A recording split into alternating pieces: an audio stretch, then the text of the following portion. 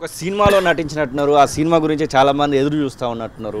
ఎప్పుడు రాబోతుంది మరి 2024లో అయినా దాని గురించి ఏమన్నా చూడబోతున్నామా? సిల్వర్ స్క్రీన్ పైన అద్దంకి దయాకర్ హీరో అని చెప్పేసి లక్ష్యం అయితే 2024 యాక్చువల్గా. దాన్ని ముందుగా రిలీజ్ చేద్దామంటే వివిధ కారణాల వల్ల 24కి చేయడమే మంచిదని మొన్న 5 రాష్ట్రాల ఎన్నికల కంటే ముందు కూడా ప్రయత్నం జరిగింది. కానీ 2024 జనవరికి అది రిలీజ్కి అవకాశం ఉంటుంది. అది పార్లమెంట్ ఎన్నికలను లక్ష్యంగా చేసుకొని ఉండే అవకాశం ఉంటుంది. అది నేషనల్ సబ్జెక్ట్ కాబట్టి, అంటే తెలంగాణనో లేకపోతే మధ్యప్రదేశ్ రాజస్థాన్ కాకుండా పాన్ ఇండియా సబ్జెక్ట్ అది. సో దాన్ని కొన్ని మార్పులతోని వివిధ భాషల్లో కూడా చేయాలని. ఇప్పుడు 5 భాషలు అయితే అయిపోయినాయి మన ఇండియన్ భాషలు. కొంతమంది ఏంటంటే సూచన ఏంటంటే అది ఇంగ్లీషు, స్పానిష్, చైనా కూడా చేయాలనే ఆలోచన ఉన్నారు.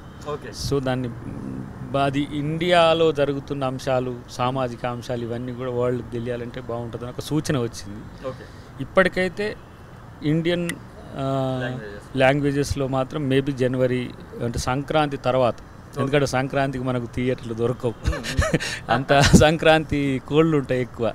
సో దాని తర్వాత 26 జనవరిలోగా, 26 అంటే గణతంత్ర దినోత్సవం సందర్భంగానే రిలీజ్ కావడానికి అవకాశం ఉంది. డెఫినెట్గా సిల్వర్ స్క్రీన్ మీద చూసేది రియల్ స్క్రీనే, దయాకర్ రియల్ లైఫే. అంటే రియల్ లైఫ్ అంటే బయట జీవితంలో ఏం కొట్లాడుతుండో అదే. సో అది మేబీ 26 జనవరిలోగా వచ్చే అవకాశం ఉంది. కాబట్టి అది కూడా ఒక మంచి ప్రయోగం దేశంలో అవుతుంది. అట్లాంటి సినిమాలు కూడా కొత్తగా రావడానికి అవకాశం ఉంటుంది. 2024లో అద్దంకి దయాకర్ అనేటువంటి నేను అనేటువంటి ఒక మాట ఏమన్నా వినబడుతుందామా, లేకపోతే ఇదే వ్యవస్థ నడుస్తుందా? మీరు ఇప్పుడు ఇంతసేపు ఏమన్నారంటే కాంగ్రెస్ పార్టీని రక్షించేటువంటి బాధ్యత మా చేతిలో ఉందన్నారు, కానీ అధికారంలో పాలు పంచుకుంటాననేటువంటి మాట ఇంకా ఇప్పుడు కూడా వచ్చినట్టు కనబడుతుంది. అద్దంకి దయాకర్ నేను అనేది నేను కాదు చెప్పేది, పార్టీ చెప్పిస్తుంది.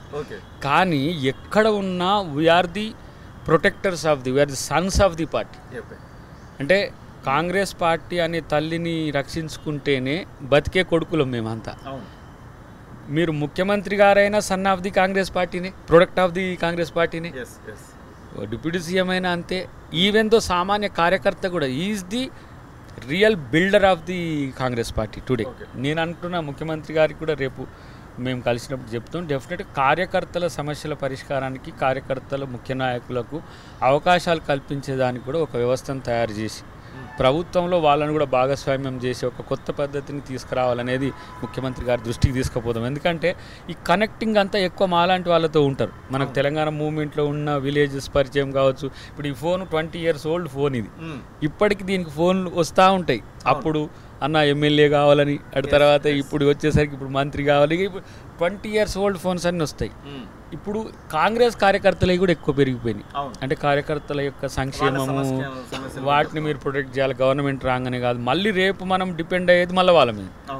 సర్పంచ్ ఎలక్షన్స్ రాగానే వాళ్ళ మీదనే, జెడ్పీటీసీ ఎలక్షన్స్ వచ్చిన వాళ్ళ మీదనే, లేదంటే మళ్ళీ ఎంపీ ఎలక్షన్స్ వచ్చిన వాళ్ళ మీదనే. రియల్ గ్రౌండ్ లీడర్ ఎవరంటే కార్యకర్త. సో వాళ్ళ ప్రొటెక్షన్ అనేది మా బాధ్యత అనేది. దయాకర్ ఏ హోదాలో ఉండనియండి, అదృష్టం కొద్దీ మంత్రి అయితే అవుతాడు, కాలేదంటే కూడా బాధపడేది ఏం లేదు.